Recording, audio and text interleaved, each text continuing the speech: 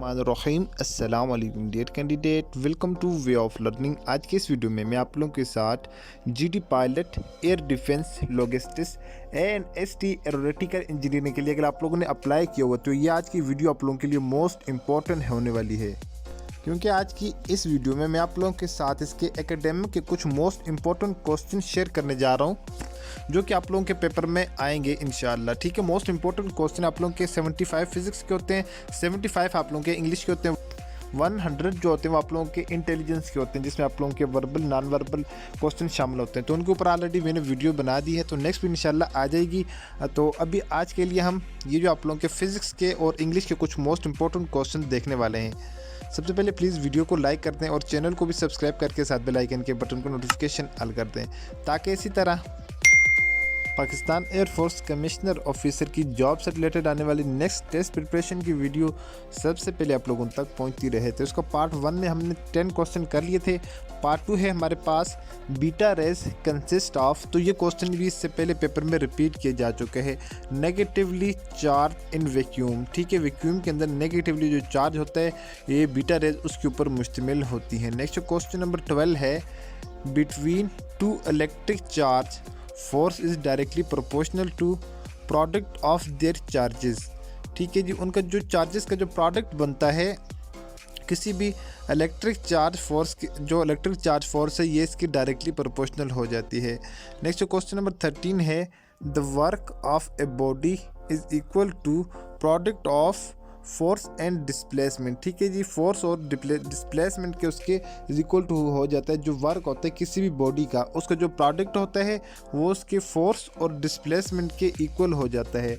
सो next question है जी the strength of a magnet depend upon length of a coil current through the coil. ठीक है, ये दोनों चीज़ों के ऊपर डिपेंड करता है कि उस जो कॉइल है उसकी लेंथ कितनी है और जो करंट उससे पास हो रहा है थ्रू द कॉइल वो कितना है। ठीक है, करंट थ्रू कॉइल। तो उसके नेक्स्ट जो है जी the pitch depend upon, pitch जो ये फ्रीक्वेंसी के ऊपर डिपेंड करती है। ठीक है, आप लोगों की जो सुनने की सलाहियत होती है पिच तो कहा जाता है, तो ये कि आप लोगों की फ्रीक्वेंसी के ऊपर डिपेंड करती है। नेक्स्ट क्वेश्चन नंबर 16 है the ratio of output and input is called efficiency.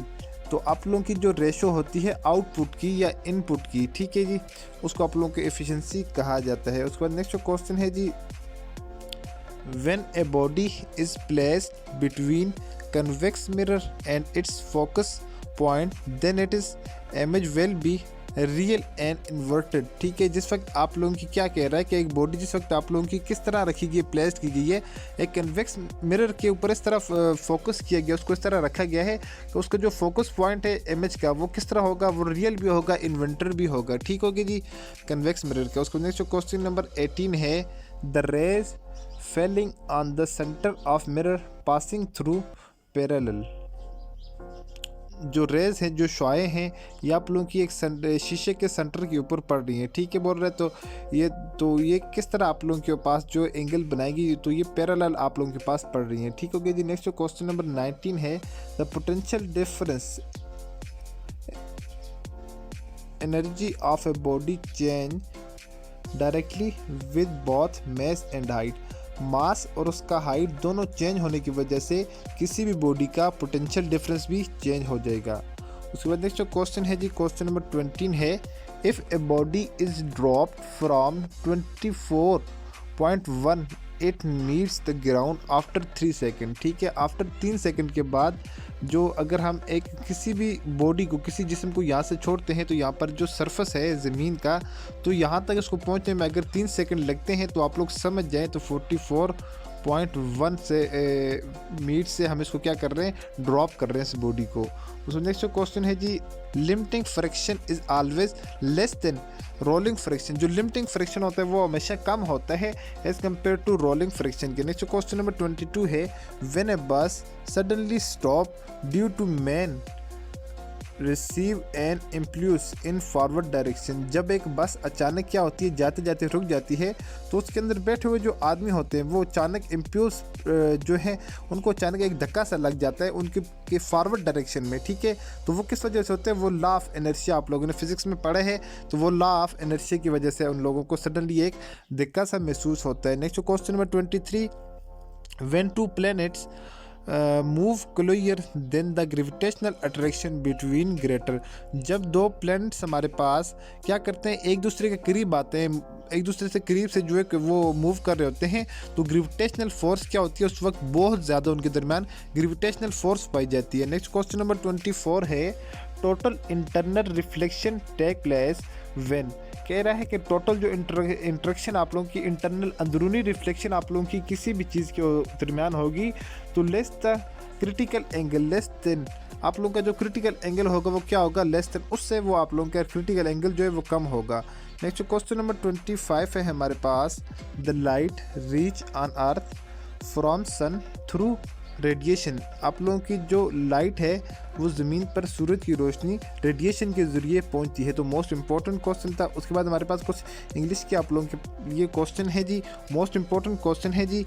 Question number first है, she is looking through window. ठीक है, वो खिड़की के ज़रिए देख रही है, इसमें हो जाएगा थ्रू विंडो। नेक्स्ट क्वेश्चन है जी, choose the correct word, he divided into water. ठीक है, इसमें लग जाएगा इनटू। ये आप लोगों के प्रीपोजिशन होते हैं, आप लोगों ने ओनली आप लोगों के preposition, choose the correct spelling और इस तरह के आप लोगों के क्वेश्चन इसमें आ जाते हैं। ठीक हो गया जी। नेक्स्ट क्वेश्चन है जी, चूज़ द करेक्ट स्पेलिंग। तो इसमें आप लोगों के जो स्ट्रक्चर है वो उसकी करेक्ट स्पेलिंग STRUCTURE।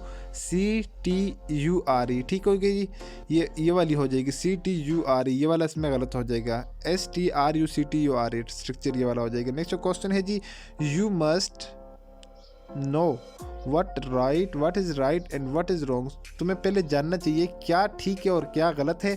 सो इसमें आप लोगों का लगेगा नो, जानना। ठीक है, you must know what is right and what is wrong, क्या सही है और क्या गलत है, पहले आपको ये जानना है। तो यहाँ पर हो जाएगा one who can not here, जो सुन नहीं सकता उसको आप लोग डीप कहते हैं, बहरा। ठीक है, जो सुन नहीं सकता। ठीक है, डम्प भी हो रहा है, ब्लाइंड अंधा आ जाता है। ठीक है जी, डीफ जो क्या नहीं कर सकते, जो सुन नहीं सकते। यहाँ पर लिखा हुआ one who can not here, जो सुन नहीं सकता उसको डीफ कहा जाता है। नेक्स्ट जो correct choose the correct spelling है आप लोगों के पास, कमांडर की जो सही स्पेलिंग होती है COMMANDER, ये आप लोगों का कमांडर कुछ इस तरह से हो जाएगा। नेक्स्ट क्वेश्चन है जी आप लोगों के पास, as you sow shall you reap. ठीक हो गया जी, ये आप लोग का एक प्रोवर्ब आ जाता है, इसको आप लोगों ने कंप्लीट करना है, as you sow shall you reap. Next question है, चूज द करेक्ट स्पेलिंग। आप लोगों ने रिक्रूटमेंट की स्पेलिंग लिखनी है RECRUIT, रिक्रूट MENT, रिक्रूटमेंट। ठीक हो गया जी, इसकी करेक्ट स्पेलिंग इस तरह से होगी। उसके बाद नेक्स्ट क्वेश्चन है जी, one who can not talk is, एक शख्स जो बोल नहीं सकता उसको क्या कहा जाता है, उसको डम कहा जाता है। ठीक है, जो बोल नहीं सकता उसको डम कहा जाता है, जो देख नहीं सकता उसको ब्लाइंड कहा जाता है, और जो सुन नहीं सकता उसको डीफ कहा जाता है। उसको नेक्स्ट क्वेश्चन है जी, he is going to take exam. ठीक है, वो टेक माने लेना। ठीक है, वो यानी उसका एग्ज़ाम, वो अपना एग्ज़ाम देने जा रहा है। He is going to take आप लोगों का हो जाएगा। ठीक है, ना कि टोकन गिवन। ठीक है, करेक्ट आंसर आप लोगों का इसमें हो जाएगा टेक। उसके बाद आज की वीडियो का लास्ट क्वेश्चन है जी, डू नॉट पनिश हिम, उसको सज़ा मत दो। ठीक है, डू नॉट पनिश हिम, उसको सज़ा मत दो। आई होपफुल कि ये वीडियो आप लोगों को पसंद आई होगी। तो मिलते हैं अपनी नेक्स्ट वीडियो में इसी तरह एकेडमिक रिटन टेस्ट के क्वेश्चनों के साथ। अपनी दुआ में याद रखिएगा और देखते रहिएगा चैनल वे ऑफ लर्निंग। अल्लाह हाफिज़।